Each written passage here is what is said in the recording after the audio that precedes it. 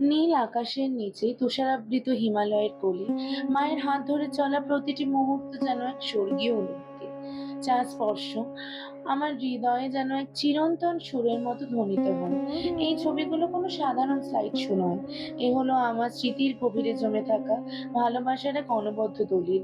আমি এই অমূল্য মুহূর্তগুলো আপনাদের সাথে ভাগ করে নিচ্ছি, যেন আপনারাও সেই শান্তির স্পর্শ অনুভব করতে পারেন। স্প্ল্যানেট থেকে একটা বাস ধরে 2023-এর ডিসেম্বর মাসে চলে গেছিলাম তেনজিং নোরগে বাস স্ট্যান্ডে, শিলিগুড়িতে। সেখান থেকে 24x3 3 দিনের জন্য আমার একটা গাড়ি বুক করাই ছিল। মাকে নিয়ে সেই গাড়িতে উঠে চললাম নামথাংয়ের উদ্দেশ্যে বা নামচির উদ্দেশ্যে। সেখানে গিয়ে প্রথম দেখলাম চারধাম, তারপর একটা সাই টেম্পল দেখে চলে গেলাম আমাদের হোমস্টেতে। সেখানে একটা রাত কাটিয়ে পরের দিন গেলাম রাবাংলার উদ্দেশ্যে। যাওয়ার পথে অসাধারণ কিছু মুহূর্ত দেখতে দেখতে চলে গেলাম টেমি টি গার্ডেন। পাহাড়ের অনবদ্য দৃশ্য, যত দূর চোখ যায় সবুজ আর সবুজ, তার সঙ্গে মেঘের লুকোচুরি। পাহাড়ের সাথে মেঘের যেন একটা অদ্ভুত সৌন্দর্য আর অদ্ভুত সম্পর্ক আছে, যে সম্পর্ক আমরা এইভাবে হয়তো খালি চোখে দেখে অনুভব করতে পারি না। টেমি টি গার্ডেনে অনেকটা সময় কাটিয়ে অনেক রকম ভাবে অনেকগুলো ছবি তুলে যেভাবে ধরে রাখা যায় স্মৃতিগুলোকে আর কি। তারপর চলে এলাম রাবাংলায়। রাবাংলায় না তখন স্নোফল হচ্ছিল, আমার জীবনে দেখা প্রথম স্নোফল।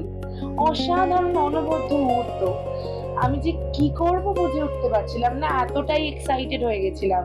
প্রচুর ছবি তুলে নি এবং বরফের মধ্যে প্রচুর লাফালাফি করি। সেই সমস্ত ছবিগুলো আপনাদের সাথে তুলে ধরছি। তারপর সেখান থেকে চলে গেলাম রাবাংলার ফার্স্ট সাইট সিন যেটা ছিল আমাদের বুদ্ধা পার্কে।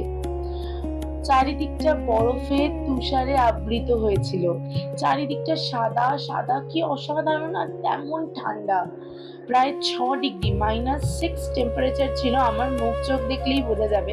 যদিও স্টাইল তো ম্যান্ডেটারি না, তাই স্কার্ফ জড়ানোর প্রয়োজন মনে করিনি আমি। তো সেখানে অনেকটা সময় কাটালাম। যে স্ট্যাচুটা ছিল বুদ্ধদেবের সেই অবধি হেঁটে হেঁটে যে ওঠার সময় চারিদিকটা ফাঁকা, টুরিস্ট ছিল না তেমন, যেহেতু স্নোফল হচ্ছিল আর তার সাথে প্রচন্ড বৃষ্টি। তো আমি একা একাই গেলাম। তারপর চলে এলাম আমাদের হোমস্টেতে রাবাংলায়। সেখান থেকে না নিচের শহরটাকে এত অসাধারণ লাগছিল, আকাশের রংটা অদ্ভুত একটা নীল রং আর তার সঙ্গে নিচের বরফের সাদা, অসাধারণ অনবদ্য দৃশ্য। তার পরের দিন চলে গেলাম প্রথমেই একটা মনেস্ট্রিতে। সেখানে গিয়ে অনেকটা সময় কাটালাম, অনেক ছবি তুললাম। তারপর চলে গেলাম রিম্বি ওয়াটারফলস। রিম্বি ওয়াটারফলস দেখে সেখান থেকে আমাদের যাওয়ার ছিল অরেঞ্জ গার্ডেন। অরেঞ্জ গার্ডেন দেখে তারপর রিম্বি রিভার। রিম্বি রিভার না একটা খরস্রোতা পাহাড়ি নদী, যে আমাকে শেখায় কখনো থেমে যাবে না। চড়াই উতরাই যাই আসুক জীবনে, চলে যাওয়াটাই কিন্তু প্রকৃতির নিয়ম, চলতে থাকাটাই প্রকৃতির নিয়ম, থেমে যাওয়াটা কিন্তু প্রকৃতির নিয়ম নয়। যাই হোক, তো রিম্বি রিভারটা দেখে ওখান থেকে আমি চলে যাই একটা লেকে। এই লেকটা অনেকটা হেঁটে ভেতরে ঢুকতে হয় এবং তারপর মাউন্টেনে অনেকটা ট্রেক করে ওপরে উঠতে হয়, উঠলে তবে পুরো ভিউটা পাওয়া যায়। তারপর ওখান থেকে দেখলাম কাঞ্চনজঙ্ঘা ওয়াটারফলস আর পেলিং এর বিখ্যাত স্কাই ওয়াক। তো স্কাই ওয়াকে প্রথম প্রথম উঠতে আমার একটু ভয় করছিল বটে, কিন্তু তারপরে খুব ভালো লাগছিল।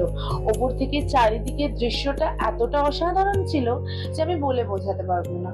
সেই সমস্ত ছবি এবং স্ক্রিনে কোথায় কোন জায়গায় ঘুরেছি সবটাই আমি নাম সহ অ্যাটাচ করে দিয়েছি। তো আর এই করতে করতে তারপর পেলিং থেকে ফিরে আসার সময় হলো।